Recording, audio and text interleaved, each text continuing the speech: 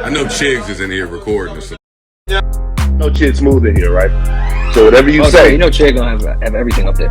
Whatever you say, Chid's gonna be on YouTube with it, man. Are people just hating on Bobbi Althoff, or are their criticisms fair? Now, by now, you guys should all be familiar with Bobbi Althoff, TikTok star, now hip-hop podcaster. A lot of people are confused at this transition by Bobbi, how she went from being a TikTok mom blogger to interviewing the biggest artist in the world, Drake. Now, that Drake interview she did has since been deleted, but that was the interview that essentially put her on the map. After Drake, she's had multiple artists go up to her platform: Lil Yachty, Tyga, Jason Derulo, and recently Offset. In her Offset interview, it was more of the same sarcastic tone, pretending to be clueless about anything that has to do with Offset, hip-hop music in general, and her quirky way of acting like she doesn't want to be in the interview. Jemele Hill actually called her out last week. She says, "I don't find these types of interviews particularly enjoyable or interesting. Instead, it just sadly points out how real hip-hop journalism has been practically erased. Some of the media teams behind these artists aren't interested in them sitting down with credible people who know how to tell stories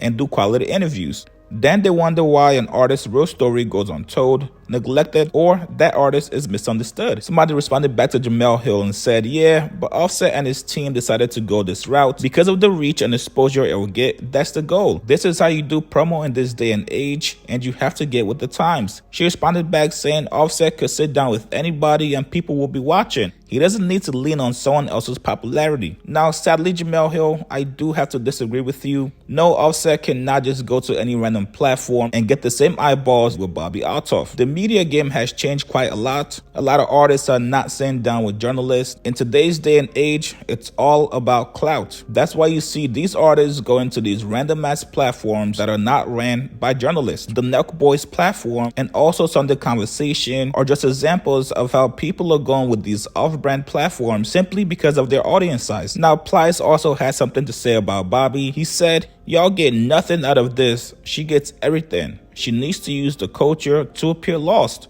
That's her cash out." Now, I definitely think Bobbi is using hip-hop to cash out. Obviously, the bigger play is for her to get a huge deal with a big platform. But Bobbi's interviews also puts the artist in a different light. If you guys go watch her Offset interview, I've never seen Offset this charismatic, funny, witty. Normal hip-hop interviews would just ask questions about his music, his upcoming album. Nothing really about the artist's personality. And also, Bobbi is signed to one of the biggest agencies in the world, and these agencies and labels work hand in hand, so do not be surprised if you guys see more hip-hop artists going to Bobbi's platform. It's business at this point. And no, she's not gonna drop her shtick for you guys. It's clearly working because right now, Bobbi is going on tour with Funny Marco. No, I'm not kidding. She's really going on a comedy tour with Funny Marco. So while I do think it's fair to criticize Bobbi, I think it's fair to also take into account that she now has a lot of eyeballs on her, and those eyeballs can translate to dollar signs for these artists going on her platform. So what you guys think about these criticisms towards Bobbi? Post your comments below, subscribe to my channel, like this video. I'll see you guys later.